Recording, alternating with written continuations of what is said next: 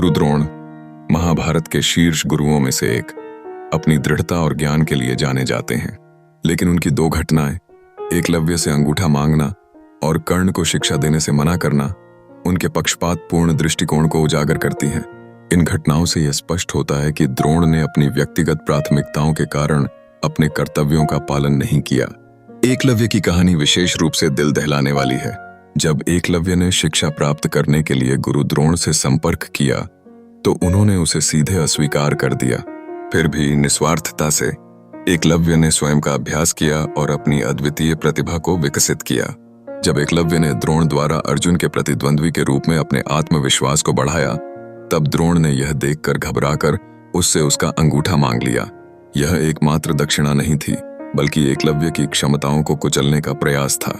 द्रोण का यह कदम न केवल अन्याय था, बल्कि उनके अनुचित व्यवहार को भी दर्शाता है। दूसरी ओर कर्ण की शिक्षा का मामला भी द्रोण के पक्षपात भरपूर दृष्टिकोण को पुष्ट करता है। कर्ण, जो कि एक सूत पुत्र था, को उस समय समाज में सम्मानित शिक्षा प्राप्त करने के लिए प्रवेश नहीं दिया गया।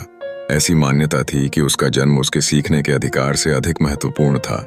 इस मामले में द्रोण ने कर्ण के प्रति भेदभाव किया और उसे अर्जुन जैसे अन्य शिष्यों के समान अवसर नहीं दिए। हालांकि महाभारत के अनेक सूत्रों के अनुसार कर्ण भी द्रोण का शिष्य था और उन्होंने वास्तव में शिक्षा प्राप्त की थी। लेकिन द्रोण का कर्ण के प्रति व्यवहार इस बात को दर्शाता है कि उनके लिए वंश और जाति महत्वपूर्ण थे।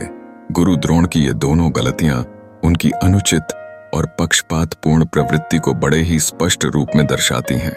उन्होंने उन शिष्यों के प्रति अन्याय किया जो अपनी क्षमता और प्रतिभा के माध्यम से आगे बढ़ना चाहते थे।